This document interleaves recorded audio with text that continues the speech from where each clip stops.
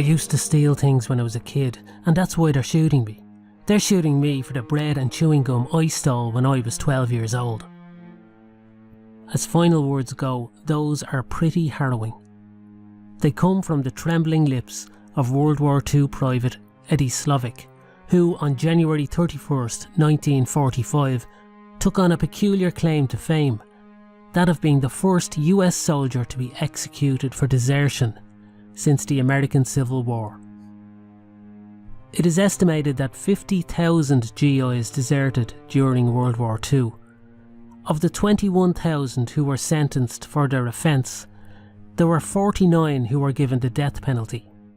It was unfortunate for Eddie that his would be the only one that was carried out. Eddie Slovik arrived in France in August 1944, 2 months after the D-Day landings, as one of 12 replacements assigned to Company G of the 109th Infantry Regiment. While en route to his new posting, Eddie and another soldier were separated from the rest of the group and had to shelter during an artillery barrage.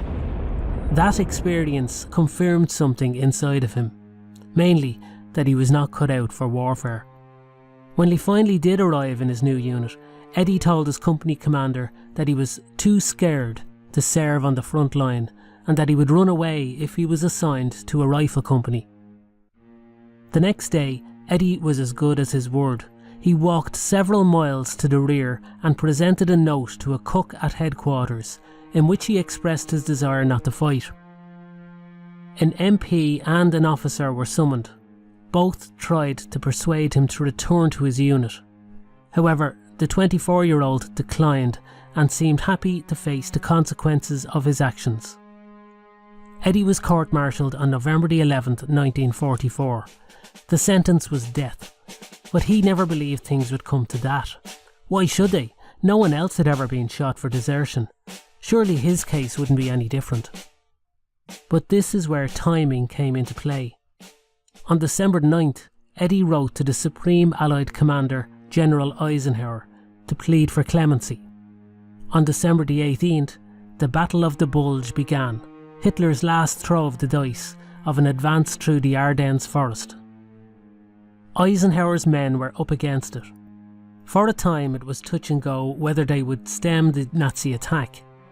GIs were undergoing terrible hardship, and the Supreme Allied Commander could not be seen to be soft on deserters.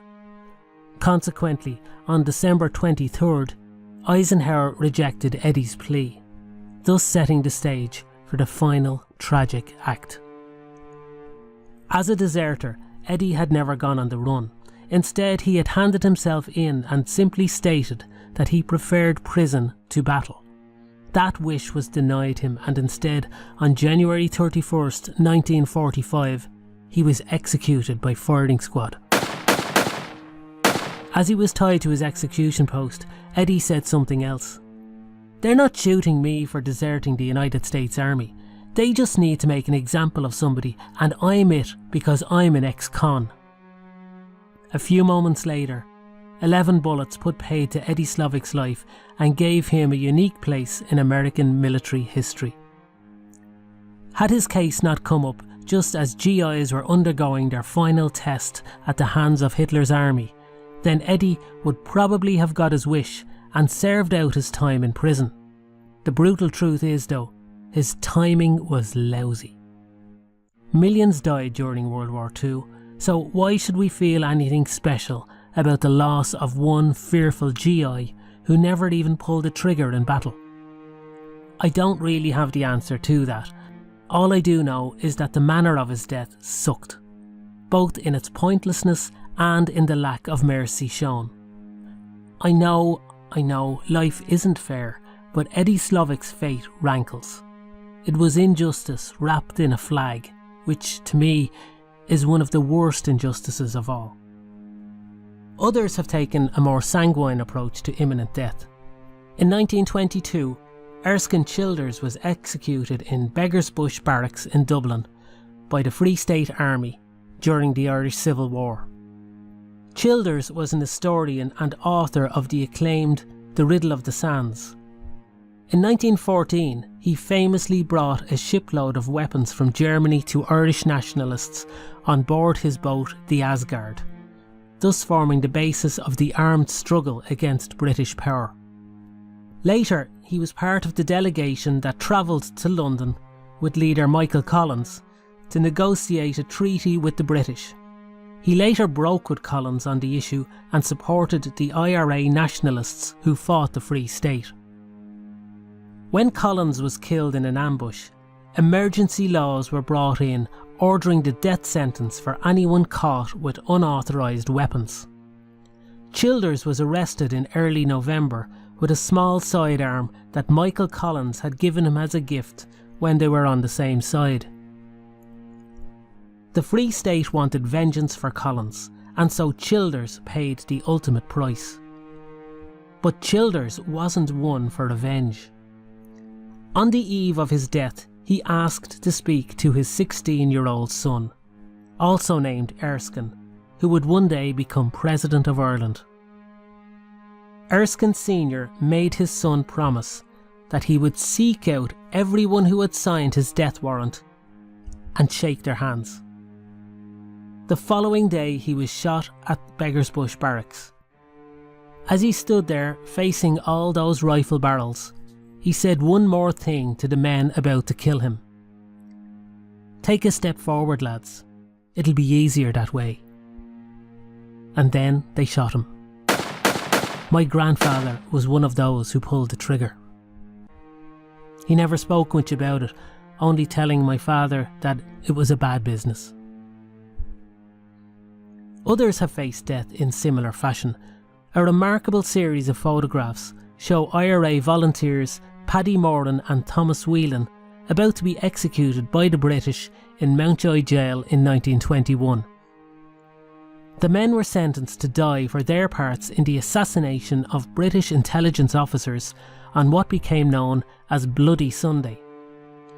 They were pictured posing happily with their captors. In one photograph, Whelan even has his arm around one British officer. A few minutes later, both prisoners were hanged. In World War I, German spy Karl Luddy showed his mettle when he was in the Tower of London awaiting death. Born in Berlin in 1877, Luddy graduated as a captain from the Maritime Academy in Geestemünde in 1904, but became ill and was never able to take up the post. He married an American. Under a forged US passport, he travelled Europe, speaking English with an American accent. When war broke out, German intelligence thought he would be useful and sent him to spy on the British naval base at Rosyth in Scotland. Luddy was eventually tracked down due to his own carelessness. He stopped encrypting his messages and even wrote them in German. He was tried and sentenced to death. The day before his execution, on November 6, 1914, he wrote a letter to his jailers in which he stated, "I feel it is my duty as a German officer to express my sincere thanks and appreciation to the guards and sentries. Although they never neglected their duty, they have shown always the utmost courtesy and consideration towards me." So impressed was Luddy by them that he even left a sixpence tip to show his gratitude. The guards apparently found it all a difficult business, but they still managed to take him out and kill him. We are strange, strange creatures. Stories such as these only reinforce the pride and shame we feel in our own humanity, leaving us with the faint hope that, come the day, we too might meet our Maker with such grace and fortitude. Thanks for listening. If you enjoyed this post, please hit the like button and please subscribe to the channel.